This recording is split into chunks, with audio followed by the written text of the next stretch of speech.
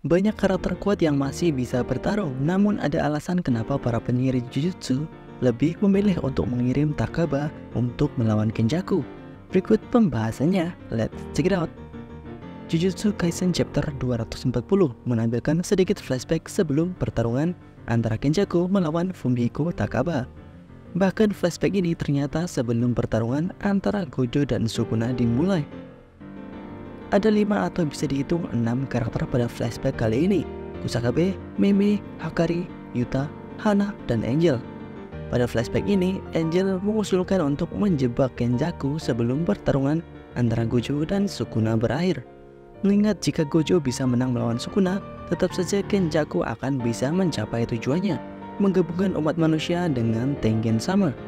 Hakari dan Yuta sempat menyangkal dan memberikan opini mereka mengenai Kenjaku tetap tidak akan bisa mencapai tujuannya jika Kenjaku tidak bisa membunuh Yuta dan Hakari. Mereka juga memikirkan jika Gojo kalah dengan Sukuna, apa yang akan mereka lakukan selanjutnya. Di sini Kusakabe memberikan pilihan untuk mengirim Maki untuk mengejutkan Kenjaku.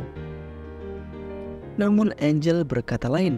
Angel menyarankan untuk mengirim Takaba Fumihiko sebagai lawan dari Kenjaku. Angel mengatakan jika pengaruh buruk mungkin akan muncul pada Kenjaku dari teknik yang ia terima ketika bertarung melawan Takaba, yang bahkan Takaba sendiri tidak tahu. Angel juga menyarankan agar tidak membocorkannya kepada Takaba sendiri. Di sini tidak sampai disebutkan teknik kutukan apa yang sebenarnya dimiliki Takaba.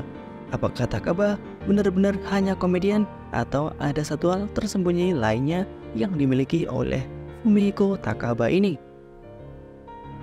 Kembali ke pertarungan antara Kenjaku melawan Takaba. Pada pertarungan ini, Takaba ditampilkan digigit oleh kutukan Kenjaku dan hanya terkena serangan 2 kali saja. Pertarungan berfokus dengan melakukan percakapan dan komedi. Dari percakapan keduanya, Kenjaku mengetahui bahwa teknik Takaba berbasis dari kepercayaan diri Takaba. Kenjaku memojokkan Takaba dengan mengorek masa lalu Takaba dan bagaimana Takaba bisa mendapatkan kepercayaan dirinya menjadi komedian. Bagi para fans yang mungkin menginginkan pertarungan seperti biasanya yang serius dan terlihat keren, sepertinya tidak akan terjadi pada pertarungan ini. Apalagi dengan ditambah komedi-komedi yang berbasis dari bahasa Jepang dan kultur dari Jepang. Lalu dengan lokalisasi yang sulit diterjemahkan dengan baik isi komedinya, menambah ketidaktahuan para pembaca komik mengenai isi pertarungan kali ini. Namun di akhir chapter, terlihat Takaba akan lebih serius dalam bertarung ketika Takaba melihat mayat Iori Hatsenoki. Dan dari teks akhir chapter yang mengisyaratkan mengenai alasan sebenarnya Takaba menjadi komedian, di chapter ke depan mungkin akan ada flashback dari Takaba dan apa sebenarnya teknik dari Takaba yang dikatakan oleh Angel pada awal chapter 240. Nah, bagaimana menurut kalian?